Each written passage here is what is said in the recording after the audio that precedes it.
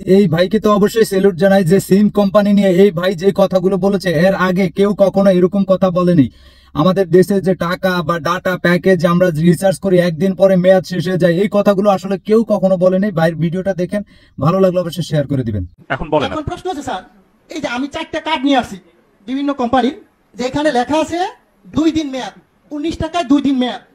এটা হচ্ছে বাংলালিংক, এখন আছে 19 টাকায় আপনার 24 ঘন্টা মেয়াদ রবি। আর এয়ারটেল আছে 19 টাকায় 31 দিন 3 দিন মেয়াদ, আর গ্রামীণে 2 দিন মেয়াদ। আমার প্রশ্ন হচ্ছে এই জিনিসগুলো কি স্যার পয়সা যায়? এটির মেয়াদ থাকবে কেন? আমার প্রশ্ন হচ্ছে মানুষের টাকা আপনি মনে করেন আমরা যদি 20 কোটি লোক হই, যদি 20 টাকা করে ভরি, আর একদিন সবাই কথা বললাম না, কত হাজার কোটি টাকা এই কোম্পানি নিয়ে যাচ্ছে, সিস্টেমের মাধ্যমে নিয়ে যাচ্ছে। এর আগে আমি বলেছিলাম, একটা নিউজে দেখাইছে 17 মিলিয়ন ভিউ হয়েছে। ওদিক থেকে উচিত ছিল এই সিস্টেমটাকে বাংলাদেশে বন্ধ করে দেওয়া। আমি বারবার বলেছি গরিব মানুষ ভিক্ষা করে, সে 20 টাকা ভরে, আপনি হয়তো জানেন না।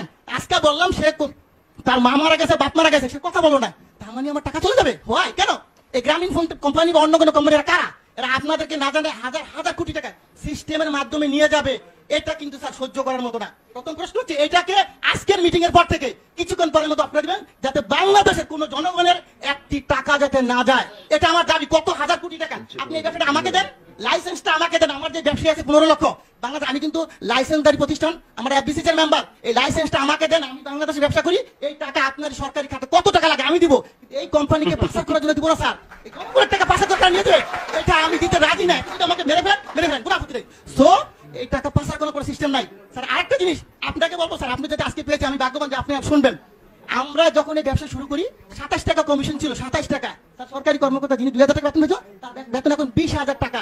যদি এখন কত স্যার? আমাদের কিন্তু সেই 27 টাকাই রাখছেন। আমাদের কি কমিশন বাড়বে না স্যার?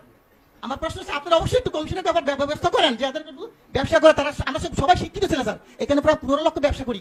আমরা যারা ব্যবসা করি কোটি কোটি টাকা কামিয়ে দিচ্ছি, আমাদেরকে তো দেখবেন স্যার। আরেকটা কথা, টেলিটক আপনি হয়তো জানেন না। এই টেলিটকের ব্যাপারে আমি তো বলছিলাম, বিটিআরসি 22 আমি হিন্দু, উনি সম্ভবত আমি জানি না, উনি আমাকে বলে এটা দায়িত্ব তো বাবা আমার না রে ভাই, এটা দায়িত্ব হলো কার? বিটিআরসিটা, টেলিযোগাযোগ। আমি ঠিক আছে, আমি যদি স্যারকে পাই বলবো স্যার, আমার আপত্তি স্যার যদি মাইন্ড না করেন, আপনি দায়িত্বটা আমাকে দেন। আমার ব্যবসায়ীরা সবাই মিলে আমরা করি।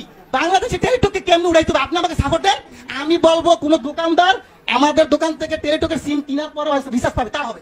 টেলিটক কেন্দ্র করতে হয় স্যার। আপনি যদি কোনো ধরনের সিস্টেম থাকে আপনি বলেন যে বলে এমনি সহযোগিতা করে, আমি করতে বাধ্য আপনাকে। আপনি যেইভাবে চান টেলিটক অবশ্যই উন্নয়ন হবে। টেলিটককে গ্যাফরাইকে, আমাদের দেশি প্রতিষ্ঠানকে গ্যাফরাইকে অন্য কোম্পানিকে উড়াই দেবো, আর একটা টাকা পাচার করে নিয়ে যাবে স্যার, এটা মেনে নেওয়ার মতো না। অবশ্যই আমি চাবো, আমি অনেক বলতাম স্যার, কিন্তু আজকে বললাম না। এই বিষয়টা আমি চাই যে আপনি টেলিটক উন্নয়ন করেন, দেশের টাকা দেশে থাকুক। আর এই গ্রামীণ কোম্পানি অন্যান্য কোম্পানি মিনিট যে সিস্টেমটা নিয়ে যাচ্ছে, এটা স্যার বন্ধ করে দেন। আজকে কি ভালো লাগলো অবশ্যই সবার মাধ্যমে ছড়িয়ে দিবেন, শেয়ার করে দিবেন, এবং কি ভিডিওটি অবশ্যই লাইক করে পেজটিকে ফলো করে দিয়ে পাশে থাকবেন। দেখা হচ্ছে পরবর্তী ভিডিওতে, সে পর্যন্ত ভালো থাকবেন। আল্লাহ হাফেজ।